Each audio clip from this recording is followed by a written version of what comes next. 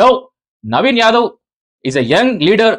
So entire state ని ఆకర్షించినటువంటి Naveen Yadav victory మంత్రివర్గంలో చోటు దక్కుతుందా అని మొత్తానికి ఈ గెలిచిన ఆనందంలో 30 ml తాగాల్సిన వాళ్ళు 60 ml తాగుతున్నారు. డ్రంక్ అండ్ డ్రైవ్ మంచిది కాదు. సజ్జనార్ సార్ అక్కడ సో అటు ప్రభుత్వానికి హాఫ్ ఇయర్లీ నవీన్ బాబుకి ఫైనల్స్ గా జరిగినటువంటి బై ఎలక్షన్స్ లో మొత్తానికి నవీన్ యాదవ్ గారు గెలవడం జరిగింది. సో బై ఎలక్షన్స్ అంటేనే ఒక స్టేట్ ని ఆకర్షించే ఎలక్షన్స్ అని చెప్పొచ్చు. ఎందుకంటే మిడ్ టర్మ్ లో జరిగినటువంటి ఈ బై ఎలక్షన్స్ అటు ప్రభుత్వానికి ఊరట కల్పించింది అండ్ ఎస్పెషల్లీ నవీన్ బాబుకి మాత్రము ఇది ఒక ఫైనల్స్ గా జరిగినటువంటి పొలిటికల్ కెరియర్ లో జరిగినటువంటి పరిణామంలో భాగంగా తాను సాధించినటువంటి విజయం.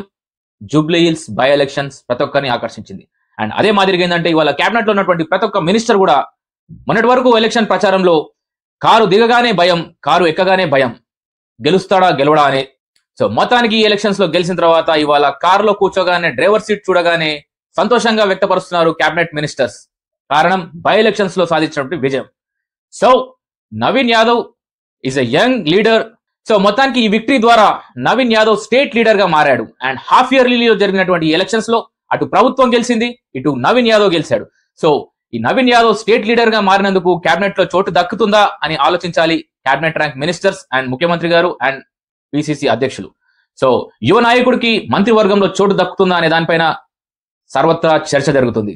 సో మొత్తానికి ఈ గెలిచిన ఆనందంలో 30 ml తాగాల్సిన వాళ్ళు 60 ml తాగుతున్నారు. 60 ml తాగాల్సిన వాళ్ళు క్వార్టర్ తాగుతున్నారు.